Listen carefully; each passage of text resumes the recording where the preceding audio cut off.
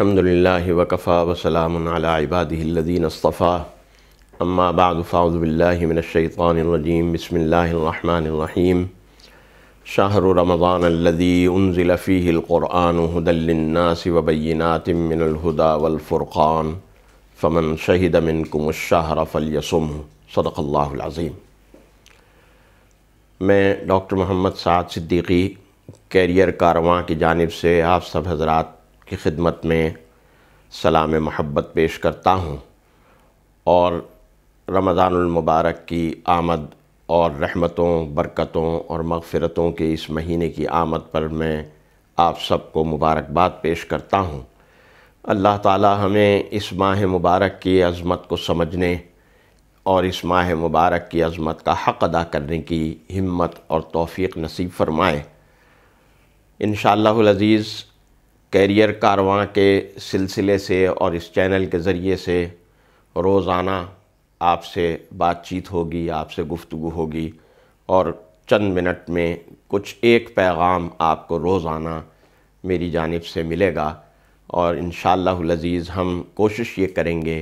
کہ رمضان المبارک کی جو رحمتیں اور برکتیں ہیں ان سے صحیح معنوں میں اور بھرپور طور پر مستفید ہوں، اس سے پورا اور بھرپور فائدہ اٹھائیں۔ رمضان المبارک کے حوالے سے ایک تو یہ آیت مبارکہ ہے جو میں نے ابھی آپ کے سامنے تلاوت کی، اور دوسرے نمبر پر نبی کریم صلی اللہ علیہ وسلم کا ایک خطبہ ہے جو حضرت سلمان فارسی رضی اللہ تعالیٰ عنہ نے نقل کیا ہے۔ مشکات المصابیح جو حدیث کی بہت معروف کتاب ہے، اس میں وہ خطبہ نقل کیا گیا ہے جو مختلف روایتوں سے منقول ہے۔ اس خطبے میں رسول اللہ صلی اللہ علیہ وسلم نے رمضان المبارک کے جو فضیلتیں اور اس کی جو خصوصیات بیان کی، ہم انشاءاللہ العزیز اپنے اس سلسلہ گفتگو میں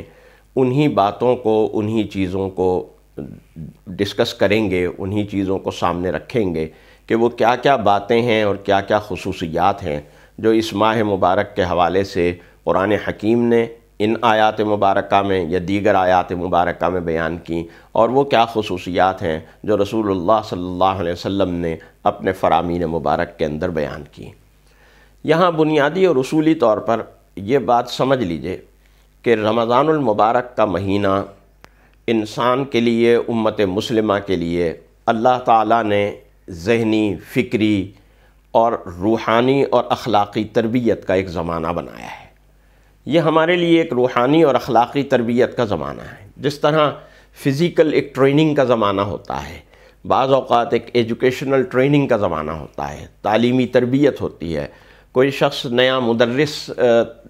تعینات ہوتا ہے تو اس کو تدریس کی تربیت دی جاتی ہے۔ تو جس طرح یہ ہمارے ہاں یا ہماری پاک افواج کے اندر ہوتا ہے کہ جب ایک شخص جو ہے وہ کمیشن ملتا ہے اسے، تو وہ پورے ایک تربیتی نظام سے گزرتا ہے، اور تربیتی نظام کے بعد اسے کہیں تعینات کیا جاتا ہے افسر کے طور پر۔ تو اس اعتبار سے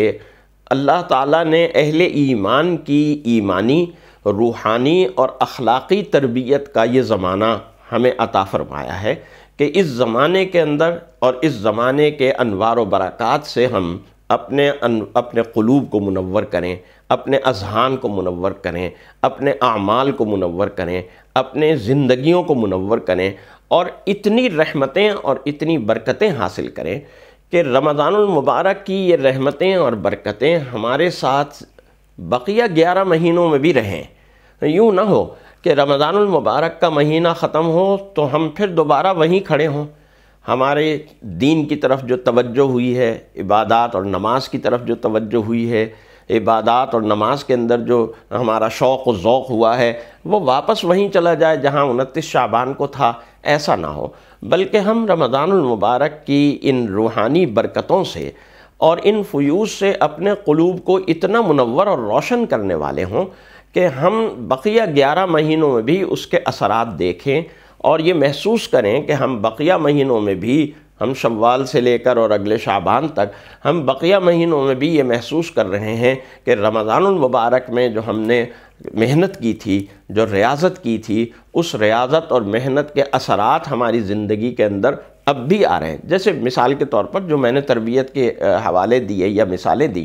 کہ جب ہم تدریسی تربیت کی بات کرتے ہیں کہ ہم بحیثیت معلم کچھ معلمین، نئے آنے والے معلمین اور مدرسین کی تربیت کرتے ہیں، تو اس کا یہ مطلب نہیں ہوتا کہ وہ 1 مہینے کا تربیتی پروگرام ہے یا 2-3 مہینوں کا تربیتی پروگرام ہے اور اس کے بعد ختم، بلکہ اس کا مطلب یہی ہوتا ہے کہ 1 مہینے کے اس تربیتی پروگرام سے گزرنے کے بعد آپ ساری زندگی کی تدریسی زندگی میں، ساری زندگی میں اپنی تدریس کے اندر اس ماحول کو پیدا کریں گے، ان چیزوں کو پیدا کریں گے، ان باتوں سے مستفید ہوں گے اور آگے لوگوں کو مستفید کریں گے کہ جو باتیں آپ نے دوران تربیت حاصل کی ہیں۔ یہ نہ ہو کہ دوران تربیت آپ نے جو کچھ حاصل کیا وہ سب کچھ آپ بھلا بیٹھے تربیت ختم ہونے کے بعد۔ یا ایک فوجی افسر جب تربیت حاصل کرتا ہے اور تربیت حاصل کرنے کے بعد وہ ایک افسر کی حیثیت سے جوائن کرتا ہے تو ریٹائرمنٹ تک جتنے دن اس کی زندگی ہے فوج کے ساتھ وابستہ، وہ اپنے ان تربیتی جو ضوابط اور قواعد، جو چیزیں اس نے سیکھی ہیں، ان چیزوں کے اوپر عمل کرتا ہے۔ یوں نہیں ہوتا کہ وہ تربیتی سارا پروگرام جو اس نے حاصل کیا ہوتا ہے کاکول سے، وہ سارا کا سارا وہ کہیں بھلا بیٹھتا ہے۔ اسی طریقے سے ہمیں اس بات کو ملحوظ رکھنا چاہیے کہ یہ اللہ تعالیٰ کی طرف سے 1 مہینہ ہماری ذہنی، فکری، اخلاقی، معاشرتی، روحانی ہر طرح کی تربیت کا 1 مہینہ ہے، اور جو تربیت ہم اس مہینے کے اندر حاصل کریں اور اس تربیت کے ذریعے سے اپنی زندگی میں جو انوار و برکات پیدا کریں، جو نیکی اور تقوی پیدا کریں اور نیکی اور تقوی کے جو مظاہر پیدا کریں، وہ مظاہر ہمارے بقیہ 11 مہینوں میں بھی اور بقیہ زندگی میں بھی ہمارے ساتھ رہنے چاہیے۔ انہیں ہم فراموش نہ کریں، انہیں ہم بھلا نہ بیٹھیں۔ اس لیے یہ گفتگو کا ایک سلسلہ آپ کے سامنے آئے گا کہ جس کے ذریعے سے انشاءاللہ العزیز میری بھی اصلاح ہوگی، میں بھی اپنی اصلاح کی طرف متوجہ ہوں گا اور یہ سوچوں گا کہ میں جو بات لوگوں سے کہہ رہا ہوں خود بھی اس پر عمل کر رہا ہوں یا نہیں کر رہا۔ اس لیے کہ یہ ایک بڑی ضروری بات ہوتی ہے کہ جو شخص کسی کو نصیحت کر رہا ہے، جو شخص کسی کو کوئی بات کہہ رہا ہے، وہ خود اس پر عمل درآمد کر رہا ہے یا نہیں کر رہا۔ میں کسی کو نماز کی نصیحت کرتا ہوں، میں کسی کو دیانتداری کی نصیحت کرتا ہوں، سچ بولنے کی نصیحت کرتا ہوں، میں خود سچ نہیں بولتا، خود میں جھوٹ بولتا ہوں، خود میں بددیانتی کرتا ہوں، نماز میں غفلت اور لاپرواہی کرتا ہوں، تو ظاہر ہے کہ میرے کہنے کا، میری نصیحت کا کوئی اثر نہیں ہوگا۔ لہذا جب میں آپ سے کوئی بات کہہ رہا ہوں، آپ کو کوئی نصیحت کر رہا ہوں، اپنے نوجوانوں کو، اپنی نئی نسل کو، تو اس کا یہ مطلب نہیں ہے کہ میں خود اس کا مخاطب نہیں ہوں۔ سب سے پہلے میں خود اس کا مخاطب ہوں، اور میں اپنے آپ کو اس بات کا ذمہ دار سمجھتا ہوں کہ اپنے بچوں کو، اپنے نوجوانوں کو جو نصیحتیں میں کر رہا ہوں، میں خود بھی ان پر عمل کر رہا ہوں یا نہیں کر رہا۔ مجھے زیادہ سختی کے ساتھ، زیادہ پابندی اور زیادہ باقاعدگی کے ساتھ ان پر عمل کرنا چاہیے، اس لیے کہ اگر میں عمل نہیں کر رہا تو پھر میرے کہنے کا کسی کے اوپر کوئی اثر نہیں ہوگا۔ تو اس لیے ہم اس پروگرام کو لے کر یوں آگے بڑھیں گے کہ ہمارے لیے رمضان المبارک کا یہ مہینہ عظیم ترین مہینہ ثابت ہو، ہماری روحانی اور اخلاقی تربیت کا مہینہ ثابت ہو، اور ہمارے لیے یہ اگلے آنے والے مہینوں میں، اگلی آنے والی زندگی میں ہم اس کے روحانی انوار و برکات سے مستفید ہوتے رہیں، ہماری زندگی اسی طرح ایمان کا، نیکی کا، تقوی کا، دوسرے کی مدد کا، دوسرے کے لیے ہمدردی اور خیر خواہی کا، دوسرے کے لیے مواسات اور محبت کا سبق جو ہے وہ ہمیشہ ہمارے ساتھ رہے، اور ہم ہمیشہ اس سبق کے ساتھ رہیں۔ یہاں یہ بات ذہن میں رکھیے کہ رمضان المبارک کی جو خصوصیات قرآن کریم نے، یا رمضان المبارک کی جو خصوصیات نبی کریم صلی اللہ علیہ وسلم نے بیان فرمائیں، یا جو باتیں ارشاد فرمائیں، جو ہدایات اور جو تعلیمات دیں، ان سے یوں محسوس ہوتا ہے کہ یہ رمضان المبارک کا مہینہ صرف ایک فرد کی تربیت کا مہینہ نہیں ہے،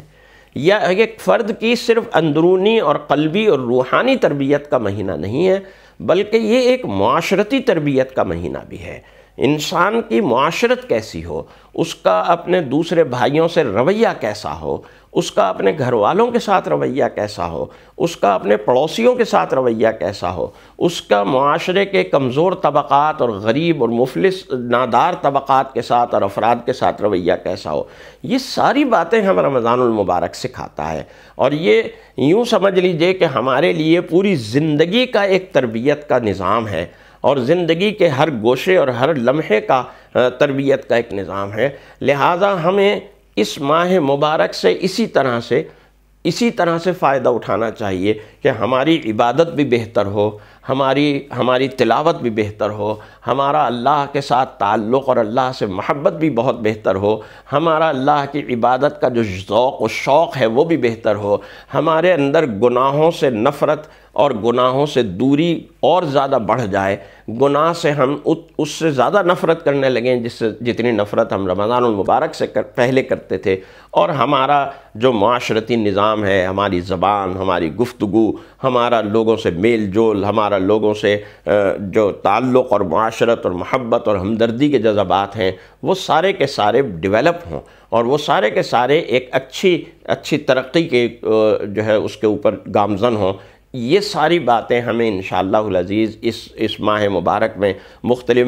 پیغامات کی صورت میں آپ کے سامنے آئیں گی، اور یہ اسی جذبے کے ساتھ آئیں گی، اور میں آپ سے جب بولوں گا تو اسی جذبے کے ساتھ بولوں گا، آپ جب مجھے سنیں گے تو اسی جذبے کے ساتھ سنیں گے کہ ہمیں ان باتوں کو صرف سننا نہیں ہے،